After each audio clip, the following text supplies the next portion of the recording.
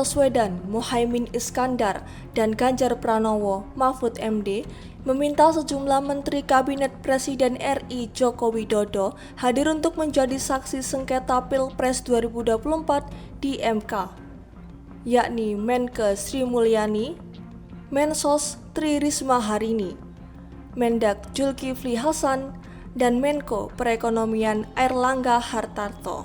Minta Mahkamah Konstitusi mendengarkan keterangan, memanggil lalu mendengar keterangan dari 4 menteri ini. Kenapa pentingnya 4 menteri ini? Karena 4 menteri ini mengetahui langsung tentang hal-hal yang terkait dengan apa yang kami uraikan di permohonan kami. Misalnya pertama, Menteri Keuangan. Di situ kami ingin menanyakan dan mungkin nanti melalui Mahkamah Konstitusi tentang anggaran bansos ini.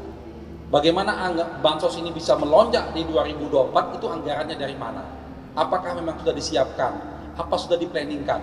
Karena tidak ada kejadian yang penting di 2024 ini. Kalau dulu di 2020 ada COVID, 2024 ini tidak ada apa-apa. Tapi naiknya luar biasa tingginya. Itu yang kita mau tanyakan. Kaitan dengan Menteri Sosial, kaitan dengan penyalurannya, perencanaan bansosnya. Apakah bansos itu sudah tepat guna? Kita semua setuju bahwa bansos itu penting, tapi kita tidak setuju kalau bansos itu dipolitisasi, sehingga orang yang menerima tidak berhak menerimanya hanya karena untuk ingin menaikkan suara paslon tertentu. Lalu yang ketiga, Menteri Perdagangan. Kita tahu bagaimana banyak sekali laporan kami tentang Menteri Perdagangan yang menggunakan fasilitas negara, terang-terangan mengatakan bahwa ini bantuan dari Jokowi, terima kasih kepada Jokowi, kita harus dukung 02 segala macam, itu sudah kami laporkan juga ke Bawaslu. Lalu terakhir tentang Menteri Airlangga, ini juga hal yang sama seperti dengan yang dilakukan oleh Menteri Perdagangan Zulkifli Hasan. Itulah yang kami minta melalui Mahkamah Konstitusi, semoga dapat dikabulkan. Tadi juga pihak 03 mendukung argumen kami. Karena kenapa ini penting? Karena inilah nanti mengungkap semua tabir-tabir. Kalau tadi ditanyakan kenapa tidak kita yang menghadirkan, nah kita tidak punya kemampuan menghadirkan mereka, ya. Kecuali kalau nanti kita sudah jadi presiden, bisa kita ya? Pasal 22E Undang-Undang Dasar 45. Kalau saudara juga membaca pasal 24C Undang-Undang Dasar 45, tidak ada kesimpulan yang bisa diambil bahwa Mahkamah Konstitusi lah tempat untuk menyelesaikan semua persoalan pemilihan umum, bukan saja mengenai perolehan suara, tapi juga mengenai pelanggaran yang disebut terstruktur, sistematik, dan masif. Nah, itu yang saya ingin katakan. Ya. Jadi saudara-saudara, kita ini sebetulnya sudah mengenal di Mahkamah Konstitusi ini apa yang disebut dengan judicial activism.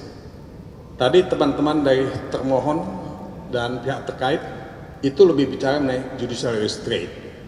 Kalau saudara tahu, MK ini kan didirikan tahun 2003 oleh Ibu Megawati.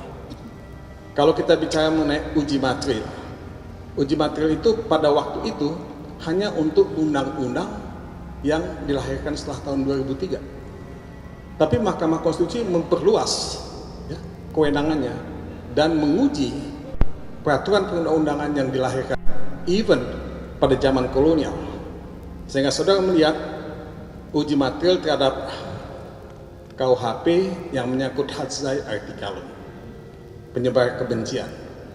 Saudara melihat baru-baru ini ada putusan dari Mahkamah Konstitusi juga yang menyangkut pasal 310 KUH pidana mengenai pencemaran nama baik, dan juga Undang-Undang Nomor 1 Tahun 1946. Jadi salah kalau pihak paslon 02 mengatakan bahwa kewenangan MK itu sudah ditentukan baku dan tidak bisa dilewati. Itu pikiran yang statis, pikiran yang sangat tidak berkembang dan tidak dinamis. Nah, persoalan yang semakin kompleks dalam masalah bansos itu membutuhkan pembuktian yang kompleks juga, ya, membutuhkan banyak pihak. Kami tadi sudah mengusulkan bersama-sama dengan Paslon 01 untuk menghadirkan Menteri Keuangan dan Menteri Sosial ya, dan Menteri PMK dalam persidangan di Mahkamah Konstitusi.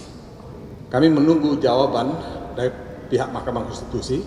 Mudah-mudahan Mahkamah Konstitusi melihat urgensi dari kehadiran Menteri Keuangan, kehadiran Menteri Sosial yang kelihatannya tidak terlalu terlibat dalam penyaluran bansos, dan kita juga ingin mengetahui dari Ibu Sri Mulyani sebagai Menteri Keuangan sejauh mana politik anggaran, sejauh mana kebijakan fiskal dalam soal bansos yang menyangkut 496,8 triliun itu disalurkan.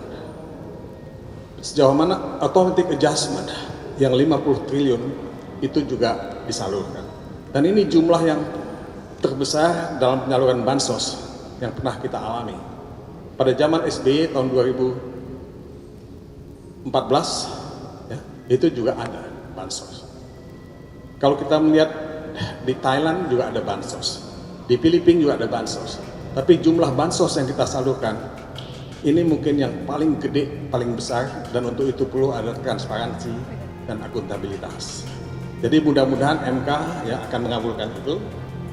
Dan saudara-saudara, kalau itu yang menjadi objek dan tujuan kita, ini yang saya kira penting untuk diketahui bahwa kita semua mencari kebenaran konstitusi. Tim Liputan Surabaya TV.